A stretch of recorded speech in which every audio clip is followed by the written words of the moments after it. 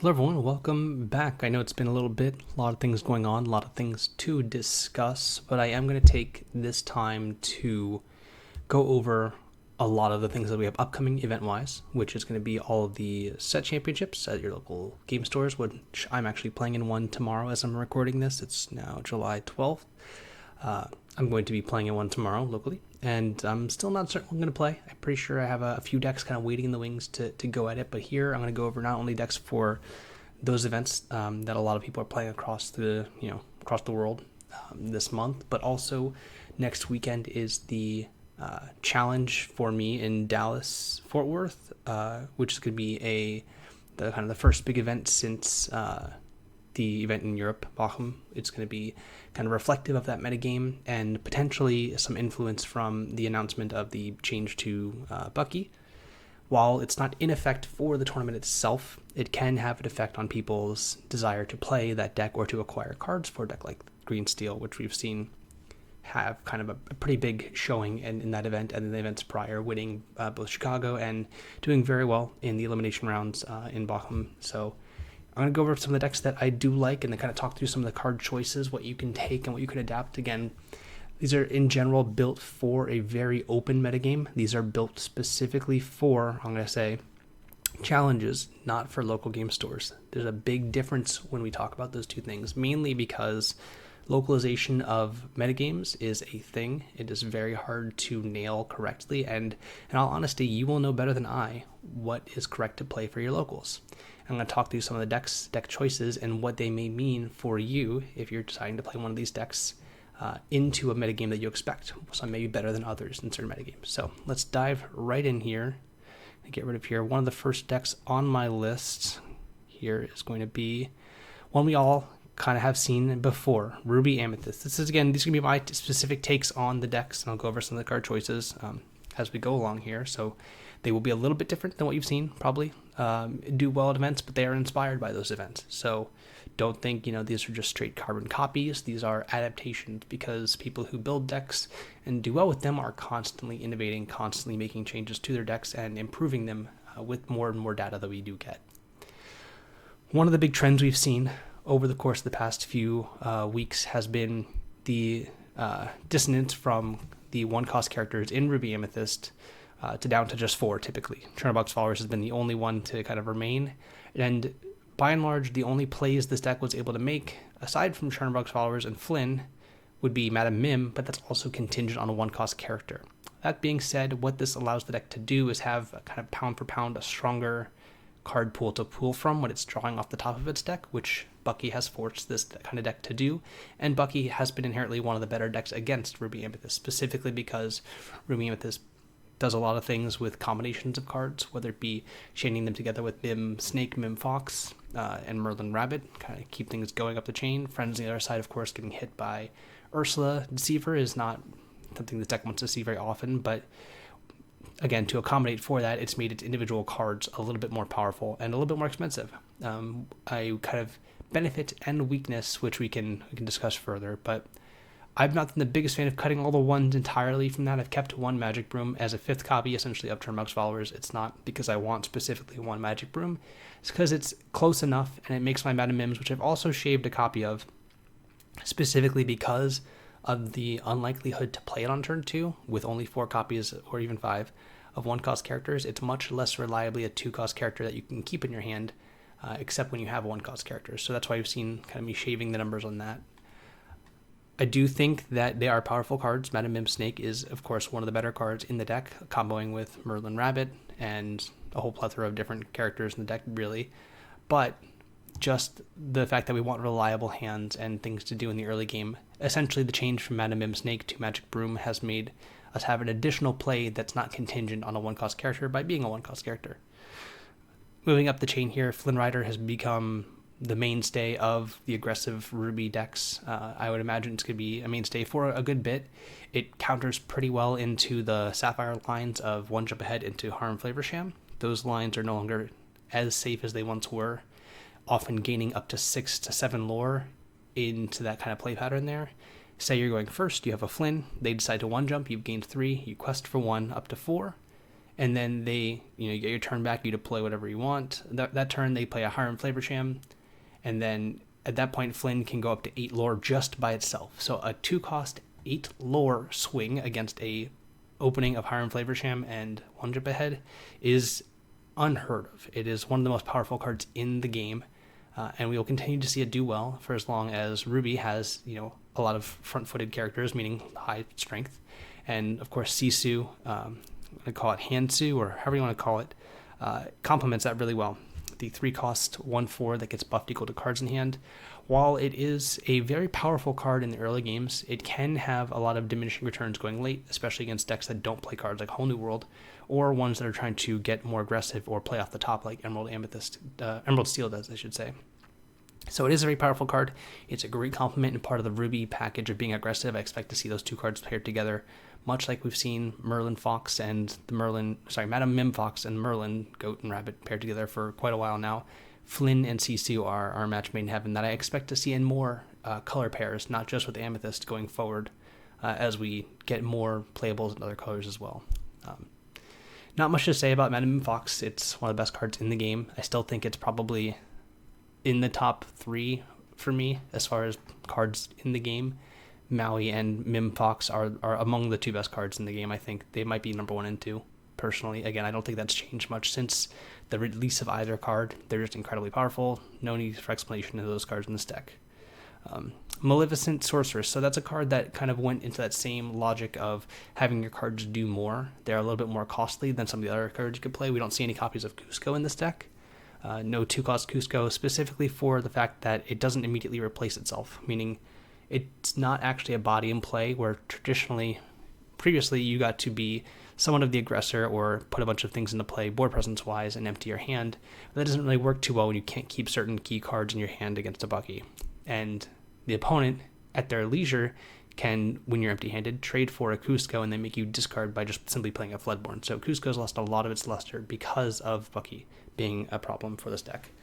Giving your opponent more agency and kind of dictating what you can do as far as maintaining that card in hand from the Cusco's Death Rattle trigger or when it dies trigger has really caused it to kind of leave our metagame mostly. And Maleficent Sorceress has done a pretty good job at kind of becoming a little bit of board presence in situations where you need to play off the top. Not great into a Diablo, of course, but it is still a value card that in a late game can just do a ton of work. One of the important differentiations between the list I have here and one of the ones that Bochum had for its winning list is actually the inclusion of Merlin Crab. Aside from the Broom and the Tremaine that you see here, one of the only differences would be that they had 0 copies of Merlin Crab. I chose to remove Maleficent and a Peter Pan for 2 copies, mainly because I do expect the mirror match of Ruby Amethyst to be a bit more prevalent than we've seen prior. It was a big share of the metagame. And Merlin Crab does a really good job of helping check opposing castles, which castle in and of itself is not very great into a Ruby Amethyst mirror match, but there are times where you need to make sure you're prepared for it to come down after be prepared of, if you have to play one, which is usually not that great because you're giving a bunch of tempo to your opponent. Having the ability to play a fox and a crab to take out a castle immediately is pretty crucial. And of course, against some of the other steel decks and sapphire decks, it can help tag team to take down cards like Tamatoa, Cogsworth, Tinkerbell, anything like that.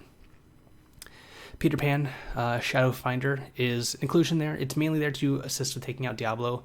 This deck does have a bigger problem with Diablo. I think the pinch that Green Steel has kind of put people in is the need to draw cards to get out of the situation starting against Bucky, but punished by drawing cards because of Diablo. So that's really the 1-2 punch that's made Green Steel so good.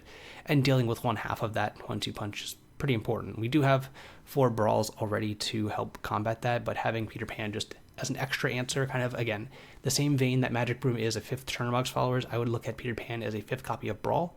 I would gladly play 5 copies of Brawl before the first Peter Pan, but we can't play 5 copies of Brawl, so I can't and I'm not. But yeah. Sisu we discussed before, Merlin and Merlin, they're kind of mainstays for Ruby Sapphire or Ruby Amethyst, and so is Maui. Traditionally, I've seen, as far as the Beat King Undisputed slots and Lady Tremaine slots, I've seen people favor more Beat King Undisputed, which is definitely a reasonable take on that. It is a very powerful card, especially there are situations where your opponent tries to buffer the Beat King Undisputed effect with a cheaper character by just having something else in play they want to get rid of instead. But Beat King Undisputed, of course, being a song, if you have a Merlin in play of some sort, I guess goat or rabbit, not crab, you can brawl and also be king to help clear the characters. And be king's just being an impressive card overall. However, it is vulnerable to Ursula. I've decided to, I think from that winning list again, remove one copy of Be King in favor of Lady Tremaine. It gives you a little bit more flexibility as it's a threat in your deck, where the third Be King is not something that quests for lore. They will often do very similar things. Of course, Be King Undisputed is a little bit cheaper, so it can come down in an earlier time frame and answer something that you might have trouble with. But the fact that there's the potential to rebuy Lady Tremaine's effect with Madame Mim, Snake, or Fox leads me to want to have at least one copy of it over a Be King Undisputed. I think it's a bit more flexible in that sense, and you're not giving up too much equity. I don't think by making that exchange, you're kind of giving yourself just a bit more options. And of course, if you draw one of each, it's more likely you'd want to split than two copies of Be King, in my opinion. The rest of the cards there, Brawl, Friends on the Other Side, Be Prepared, all kind of mainstays. Again, this deck did get a lot more spell heavy. This set, with the addition of Brawl and Be King Undisputed, it's really leaned itself into a more removal-based control deck, similar to kind of what we saw Dragonfire in set 1B for a lot of the Ruby Amethyst decks. This deck has that feel as well. And of course, for Queen's Castle, one of the primary threats in the deck, and one of the cards I think most people are having a big difficulty kind of understanding how to fight, and the kind of binds that this deck puts on a lot of people since the inclusion of set 3 is typically you're pretty safe to play cautiously into Be Prepared and kind of parry the board, keep even, maybe even be a little bit behind at certain times. However, since Queen Castle's existed, Queen Castle kind of puts you in that hammerlock of having to have consistently enough pressure to not only check the board, but to potential 7 willpower out of Queen's Castle if you can't just quest and win the game. But also, overextending too far into Be Prepared can make it so that a follow-up Queen's Castle has nothing to keep it in check. So it is a really powerful card, something to be concerned about if you're playing against this deck, but I don't see at this point in time with how good Queen's Castle can be into the Bucky decks, where they don't often have a lot of strength on their side with cards like Ursula, Bucky, and some of the other smaller characters. Can challenge it too effectively, but people may adapt in the future there to kind of help with that. But it is an amazing card. If left unchecked, it will just win the game. I think a lot of people also, when playing this deck against decks that can't reliably sweep the board, get a little bit too caught up with trying to draw cards with it. While that is powerful, I've often played the card out and just played as many threats as I could out at the same time in matchups, again, where they can't Be Prepared you or play multiple Grab Your Swords and those kinds of things. Where I've eschewed even moving anything to the castle just to play out an additional Flynn or something along those lines. It's possible it's correct. I would just be cautious of the fact that you're trying to wrap yourself up into drawing cards. You may actually put yourself a little bit too far behind on board. It being a passive 2 lore is really, really kind of a hard card to fight through. But that's Ruby Amethyst. It is a deck here. I don't really have a system for grading it, but it is, I would say we have 2 decks. The first 2 I'm going to go through here are Public Enemy number 1 and 2. If you're planning on playing it this weekend, you must be able to beat these decks or have game against these decks, or I don't think it's really worth showing up, honestly. But moving right along here, let's go to Public Enemy number 1 as well, probably even more so. And again, these are specific takes I've put onto the deck, not exactly the maybe metagame or exact list you may be playing against, but if you're also playing with this deck, I would recommend this specific version for this weekend. Again, more localized for challenges, more kind of a broad sense, but it may be adept to your local meta as well. While we saw Ruby Amethyst there being a deck that has picked up in popularity, and again, that version was something I did play this past week at my locals. I didn't lose a match. I think I unintentionally drew against a Ruby Amethyst mirror match. They played well enough. We both probably took a little bit too much time in certain spots there. I think at one point in time I had 11 cards in my hand, and it was just complicated, but we ended up not being able to finish our third game. But anyway, we have Green Steel. Green Steel, Emerald Steel is one of the primary threats in the metagame. It is a deck that has shown up, and yeah, we're going to be removing the card Bucky from the game. I know they nerfed it by making an errata for it, but I would consider it banned for all intents and purposes. It's just not the same card anymore, and it is not, I think, playable in a competitive metagame anymore, period. So I don't understand the logic they've given out for the Bucky change. I know there has been. You can certainly post it in a comment that, hey, this is why they said they're going to do it. I don't understand that still. It doesn't really make sense to me, and I'm just going to consider it banned for all intents and purposes. Sorry, my cat is trying to jump on my lap. Good kitty. Good kitties. We're going to do this live, and we're not going to be editing any of that out. But anyway, what's there to say? the obvious line of Diablo, 1 cost Maleficent Spy, into turn 2 Bucky, then shifting Diablo not only makes them discard a card, and now you've exerted Diablo to draw cards, you have the ability to potentially play a card like Let the Storm Rage on their 1 cost character if you've gone first. When I first experienced that combination of cards, I was playing Amber Steel, and was going second. They played a Diablo on turn 1, passed. I played a Cinderella on turn 1, passed. And on turn 2, they went that exact Bucky, Diablo, Shift, Sing, Storm Rage on, and I just conceded the game right then and there. It is one of the most powerful openings in the game, if not the most powerful opening in the game right now. And it's just unparalleled as far as how devastating and how much of an advantage that combination of cards just puts out against you so early. I go as far as to say that my mulligan decision when I'm playing this deck revolves around those 3 cards: the 1-cost Diablo, the Bucky, and then the 3-cost Diablo. Typically, when going first, if I do not know what my opponent is playing, I am only keeping those 3 cards, period, and mulliganing everything else. My philosophy changes, of course, if I have, let's just say that the Diablo shift line and a Bucky and no Bucky, I may keep a Inkable Song to then make sure I can play the Diablo on turn 2. But typically speaking, I'm only keeping those 3 cards: Diablo, or Bucky. I have a debate if I'm keeping Ursula when going first against decks with 1 jump ahead, but as we've seen, a lot of the blue steel decks have moved away from 1 jump ahead, so I think it's less likely that Ursula is necessary in the blind kind of matchup. But as a general rule of thumb, when going first against an unknown opponent, those are the only cards I'm keeping. Once you have X number of those cards, you can then consider keeping other cards. I wouldn't say if I have Diablo, Bucky, and Diablo, I'm mulliganing everything else, because at that point, I'm not looking for those cards. I am now going to be looking for things to do either after that or cards to ink to get me to that point on turn 2. Because after that sequence there, if you're going first, you actually end up the game with only 2 cards left in your hand after that. So it's reasonable with those 3 cards to make sure you have 2 ink, and then you have a song or an item of some or action of some kind. I think they're all songs except for Baboom, and another card to ink potentially. It doesn't really matter what else, because you're likely being withdrawing a couple cards from Diablo at that point. So maybe a 3-cost character is a reasonable keep at that point. But as a rule, Bucky, Diablo, Bucky. Diablo, Bucky, Diablo. Only cards I'm keeping blind. But the rest of the deck, of course, Robin Hood has the Robin Hood chain, 1 and 4, or 1 and 5. Robin Hood 1 is actually not an exciting card to play. Its primary function is being very good against the other mirror match potential. Steel versus Steel. 6 health is kind of the deal breaker there, with as far as what cards are good, mainly to get around Along Came Zeus.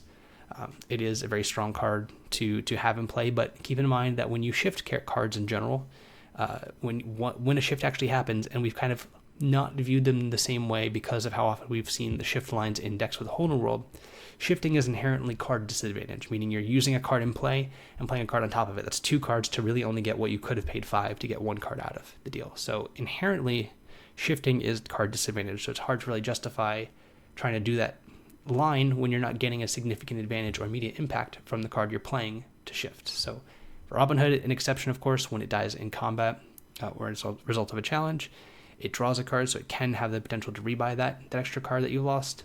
But as a rule, I would say 1-cost Robin Hood is not something I'm actively looking to keep pretty often. It's not something I really want. I will gladly ink it most times of the game if I have the ability to play something else.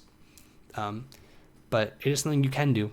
Always a bit of potential, and the threat of doing it sometimes is more important than actually doing it.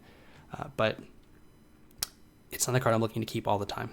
Ursula Deceiver, mainstay in every Emerald deck. I don't think there's been a single Emerald deck I've built since the inclusion of that card in the game that doesn't have it. It may be the most ubiquitous card in its color to date. Maybe Popsicle is similar, but maybe not. Close. It's on the power level of ubiquity and the top 5 cards in the game, I'm sure. If I were to drop a list right now, I'd probably have Maui, Fox, Ursula, Whole New World, things like that. Quill. Those are probably the top 5, I would say.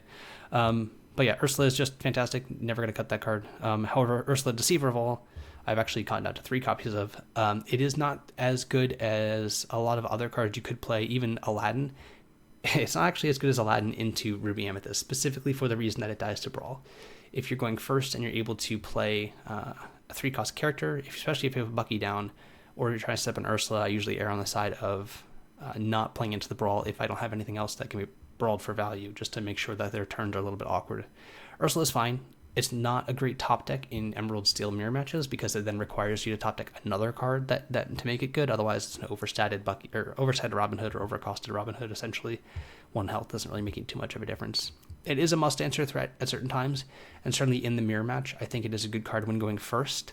But you can never really play an Ursula Deceiver Ball into an Ursula Deceiver Ball. It is a very fragile card in that sense, where you really need to be answering an effect like that. There is some debate, which I'll get to in a minute, about some of the removal suites that you can play in this deck to really help out in that sense. But as a general rule, I think that the Ursula Deceiver Ball is fine as a 3 of. It's not a card you need 4 of. Certainly works with a good deal of cards in the deck. This deck has 11 songs that it can combo with to double cast. But a fine inclusion, I think keeping a higher Floodborn count and some of the other cards we're going to look to include here is a bit more important. The next card here, kind of up the chain, is Aladdin. It is a card I think I've seen people cut from some decks, and I can understand their desire to do so, but I feel like just having more 3-cost Floodborns is imperative to making Bucky as good as it can be. It is very awkward for certain decks to play into Aladdin, especially the Fishbone Quill decks, of course. It is a big deal, or a big reason why we don't see as many Amber Steel decks, mainly because the consistent answer to a card like Sleepy's Flute is really hard for them to deal with, and in certain situations against Ruby Amethyst, against Ruby Sapphire, if not immediately answered, being able to take out multiple copies of either Popsicle or Ice Block that they may have deployed early is a big problem. While I don't advocate for too many copies of Ice Block these days, it is still something to be aware of that it can do. And a card again, a critical mass of Floodborn is really what this deck wants to have, just to make Bucky as powerful as possible. And Aladdin's a card that a 3/3 for 3 has long been a stat line where it's just about good enough for play. I think a lot of 3/3s for 3 that have one lore and some other ability are very close. Even the Hercules and the Prince Eric that are just bodyguards have popped up in some deck lists that I've tried out, just because the stat line's fine. It survives, or it trades with Mim Fox, and it does some other functionality against some of the cheaper characters. Fine card in general. And Aladdin, being a Floodborn, never can complain there. Flynn Rider, this is tech that the Rat has given us from the win in Chicago, a card that helps close the game out quickly and is the primary reason I still want to include Sudden Chill, just as ways to additionally knock out their hand. Flynn Rider can either be a 10 out of 10 in your hand and in the game, or it can be a 2 out of 10 or a 1 out of 10. It can be great or it can be bad. It's really close. This deck does have the affordability to play another Uninkable or 2, so it does allow itself to play Flynn. There's nothing to shift on top of, like some other versions of the deck, but still being another card that can help Bucky be turned on. And actually, one of the things this deck struggles with the most is actually closing games out.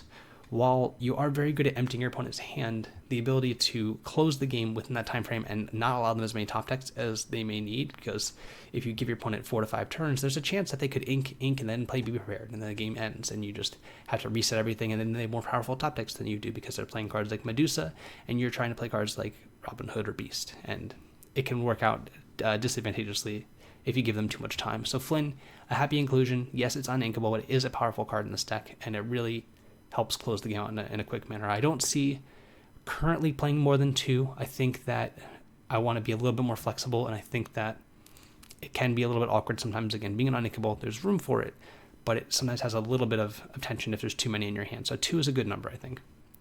Kind of in the same vein there, I'm not the biggest fan of Jafar Dreadnought as a card. It's an okay card. Its stats are actually pretty reasonable. 3/4 for 4 is actually most of the reason that it's been in other decks. The ability to challenge in mirror matches any of the cheaper characters than it and survive is a big deal. The 4 health goes a long way at surviving combination spells like Tinkerbell plus Grab Your Sword against maybe Blue Steel.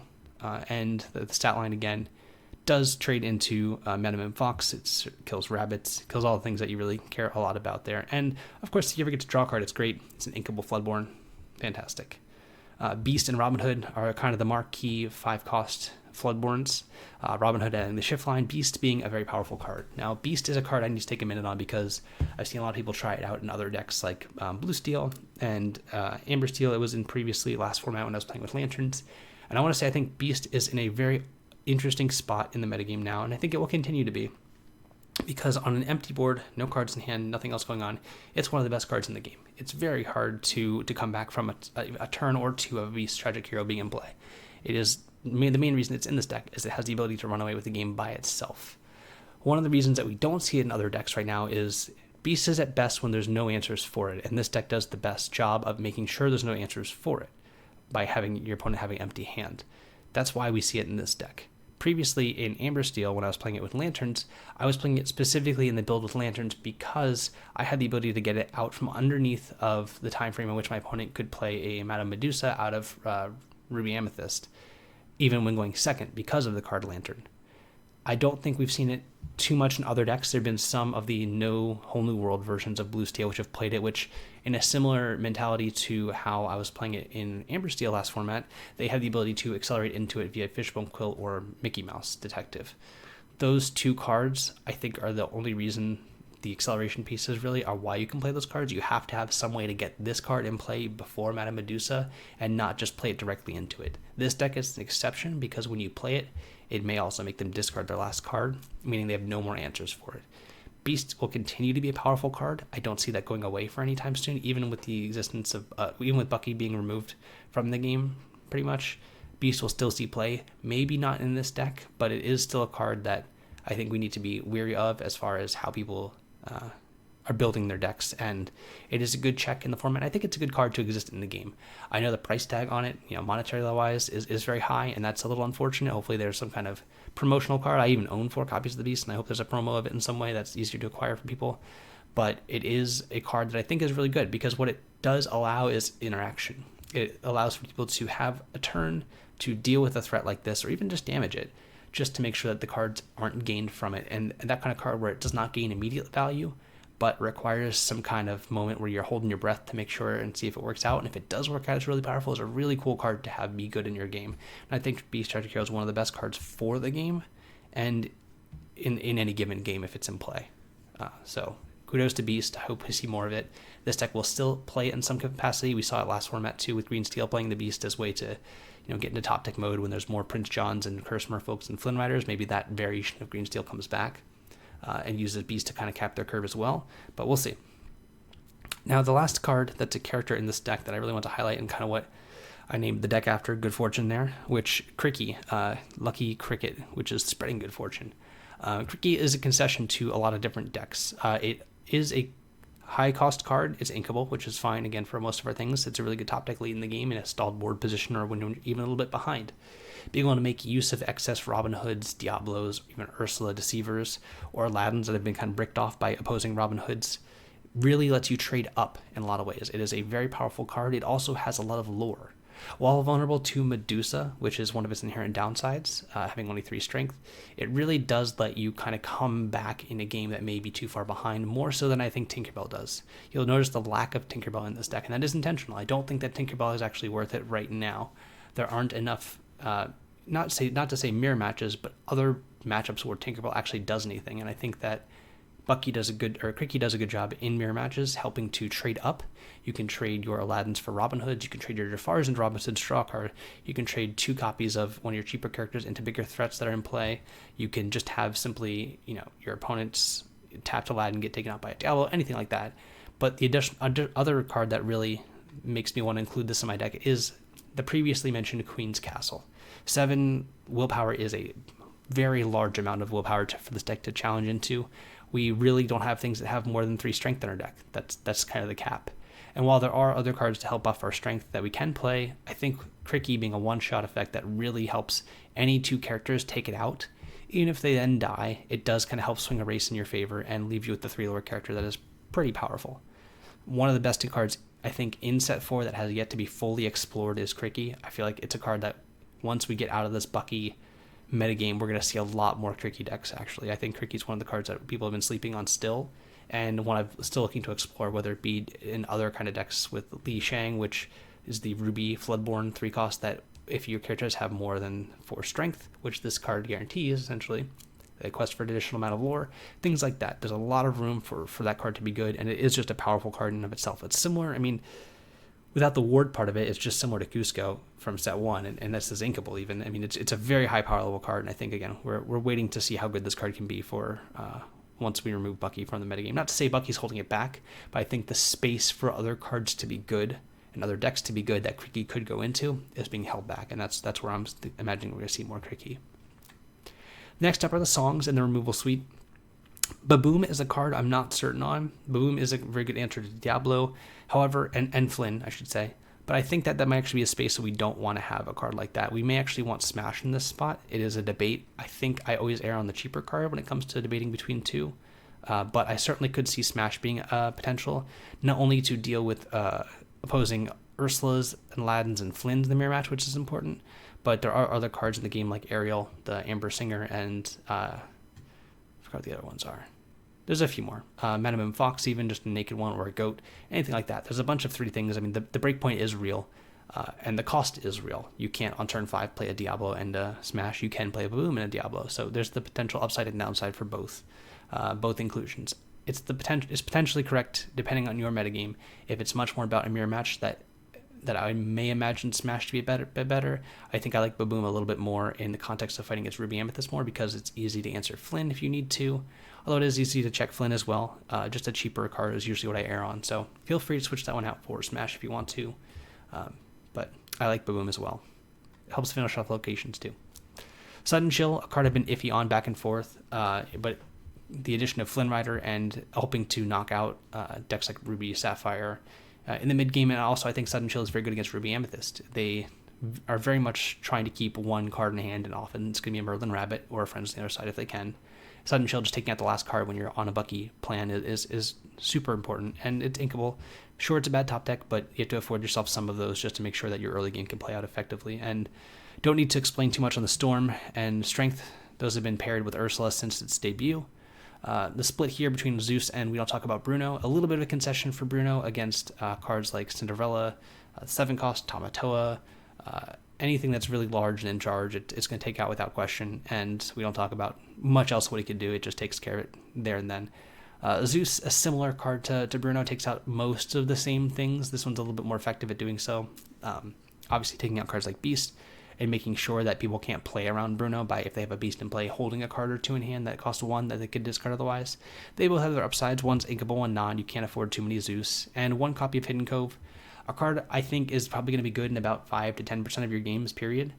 It can either be the best card that you have in your deck and win the game on the spot, or it can just do nothing. And I think it's worth an inclusion into winning just a certain number of your games and being okay with that.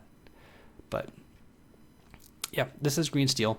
I don't think there's too much room for variance. You can try cards like Grab Your Sword and Tinkerbell, and I think that while they do seem really good and can certainly just end the game on turn 3, say you're going first against an opponent who went, you're playing a mirror match, you both went Robin Hood Bucky going first, well, you went first, so you shift your Robin Hood Singer, Grab Your Sword, and it's really hard to come back from that kind of swing. I think overall that card is not as impactful enough across the board, where I think I want a little bit more consistency with my ink and with what I can do flexibility-wise with a card like Baboom or Smash instead of Grab Your Swords. So I'm not the fan of it right now. That may change. Tinkerbell is more of a concession to the mana cost, or how much ink cost, I should say. A little Freudian slip there on that. Costing 6 is a big detriment. It is very hard to make that card line up perfectly, and when you're top decking, it may just be a very awkward moment where you draw Tinkerbell and you have 5 ink in play, you're facing down a Bucky and you really want to hold it for a turn, but then they draw a Floodborn and play it anyway, and it just doesn't feel great. And the goal of this deck shouldn't be having to make those tough decisions on keeping a card in hand to inking to 6 or playing your card out. You don't want to have to make that decision of, should I play my Aladdin, or should I, when I have 5 ink, or should I hold it to ink or ink it immediately and hope to draw a Tinkerbell? I think more often than not, you want your deck to be smooth sailing on 5 ink and kind of go from there. So I'm not including those cards intentionally. You can potentially include them if you think you're really heavily going to be in a green steel mirror match, but even then, I think it's a little dicey, and I would just err on something more streamlined like this to be what I'd run. But yeah. Moving on, let's go with the next deck in the format here we're going to focus on, and it's going to be one of my least favorite decks to play against, but a deck we've also seen kind of fall out a little bit in the metagame. It actually had a very poor showing in Bochum.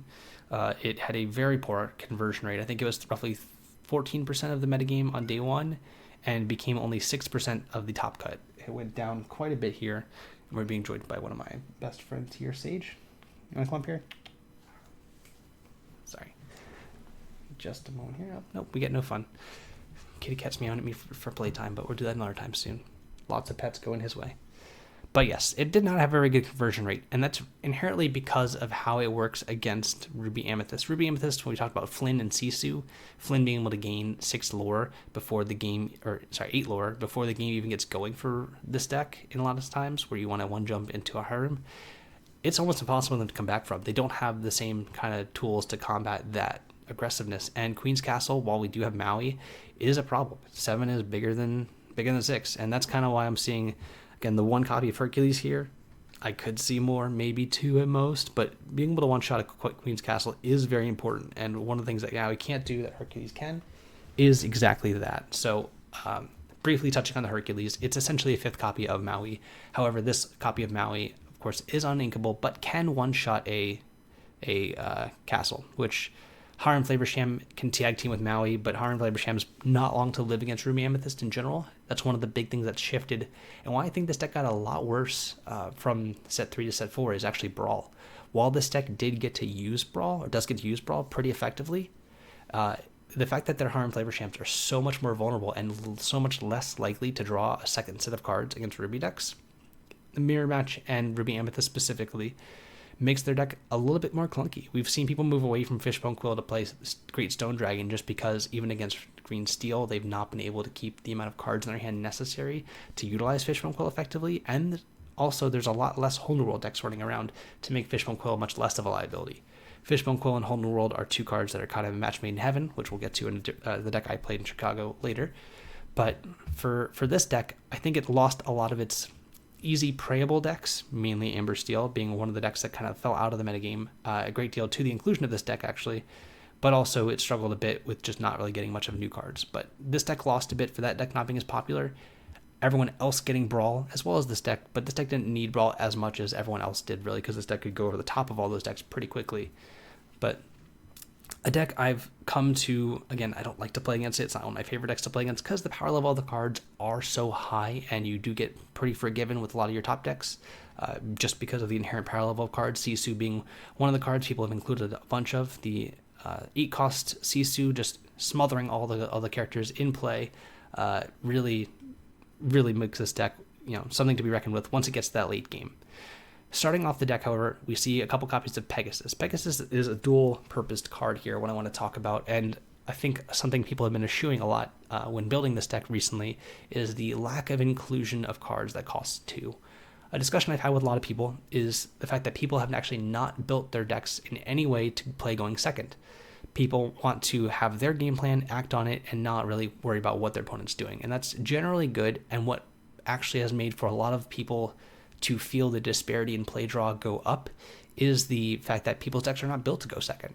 They've only built it to go first. And I think that's something we haven't learned as a community and deck building wise quite yet, and learn how to incorporate it into our decks.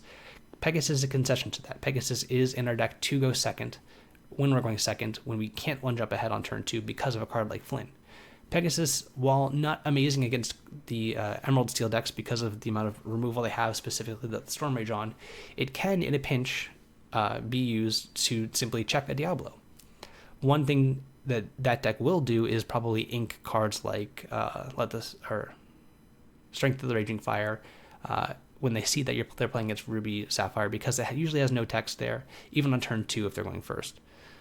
That, in conjunction with potentially discarding to shift with Diablo, a card like the Storm Rage on, means that Pegasus may actually be more in the clear, especially when they haven't seen it yet, than otherwise. While we do have Brawls and Medusas and Sisus to get rid of Diablo, it is really good to be able to have an extra card for that functionality, and Pegasus helps keep Diablo in check.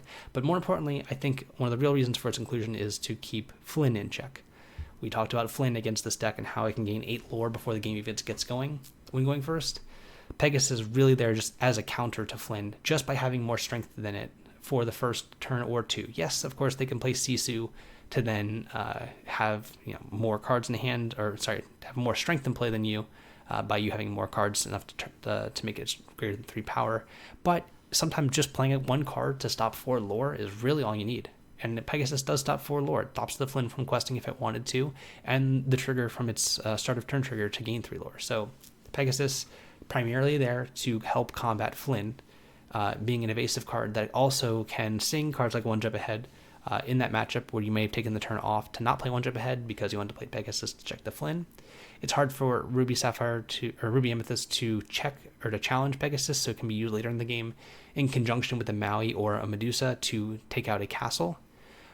It's just a flexible card, and I think people need to include more cards like Pegasus or even Queen of Hearts, which we used to see more of, now we don't, just to help combat the early game, because this deck has no end of threats really as the late game goes, and we've been conditioned to have more and more powerful late games because we haven't had to deal with aggressive threats like Flynn or Diablo yet prior to this new set. But as we see more cards like this, and I do hope we do see more aggressive cards that require answers early, just ones that don't have ward, please. But I hope we see more cards like this that require people to build their decks in a bit more conservative way, that they don't just have to have a million cards at the top end to end the game, and it's who top decks more big things at the end matters. It's going to be more people fighting for the early game and transitioning to late game, and that'd be more interesting to me to see. But moving along the curve there, Grammatala and Harem Flavorsham, kind of the best cards to play after a one jump ahead. Of course, Flavorsham being better when you've led on an Ice Block or a Popsicle to draw two. Not as reliable as it once was, again, with the World of Brawl, which is a reason to potentially play Tala over Flavorsham on turn 3. If you're going into your opponent's turn 3 who's playing a Ruby deck, you get to maybe throw off their curve and make them play Brawl on a different turn that's not turn 3, so they don't get to use their maybe turn 4 or turn 5 to kill as effectively and have to kill Flavorsham instead. Both pretty key for this deck, haven't really changed too much. Again, the Hercules, a concession to Queen's Castle. I can potentially see playing a second copy. I don't know over what this is about as many uninkables as I want to play. There's 7, 11, 14, 19, 21. 21 is my personal limit for this deck. I know people have played more, but personally, as a player and as someone who is usually more conservative than most, 21 is my absolute limit, even for a deck with one jump ahead, How Far I'll Go, and Fishbone Quill and stuff like that. Just to have some agency over what my hand looks like, I need to have a little bit more ink, so my mulligans are a little bit more flexible. You certainly can play one more. I would recommend cutting maybe a How Far I'll Go. A little unintuitive there, but if you make that exchange for How Far I'll Go for Hercules, you can then remove a Maui because they'll have too many effects like that at some point for maybe a card similar to How Far I'll Go in the ways to get ahead on cards in ink, but maybe it had to be inkable. So I would make that exchange if you wanted to have a second Hercules. But Hercules is a fine card. We weren't certain if we were going to see the light of day, but one power can make all the difference as far as playability. And Hercules certainly shows that by being able to take out Castle in one shot. Medusa. This deck has Medusas and no copies of Tremaines. That is a little bit of a scary thought if you're playing against a lot of blue steel, especially the versions that are playing multiple copies of Aerials. This deck would only have Be Prepared as answers to Aerials. I've, in the past, been more flexible with my removal slots, but I think this deck and how it's built is more targeted for what I expect to see, which is going to be Green Steel and Ruby Amethyst. Those are the two decks I expect to see the most of. Less so on the blue steel side, looking at the numbers from Bochum. And I think that Medusa gets the nod over that because of its ability to take out cards like Diablo. In a pinch, Ursula, of course, Beasts and stuff like that. You know, Tremaine is a good card, but usually after an effect like Be Prepared. And if we're including Tremaine, I think I would still want to be on 4 copies of Be Prepared at that point, and maybe a 0 of Sisu. So we'd see a switch in how the deck looked much more to how it looked the previous set, maybe just including Pegasus as a new card. In all honesty, set 4 didn't offer too much to a lot of decks outside of the realm of potentially Bucky, a couple cards for Steel, maybe, mostly reactive things. But set 4 has been pretty low impact because of Bucky having kind of a big stranglehold on what can be played.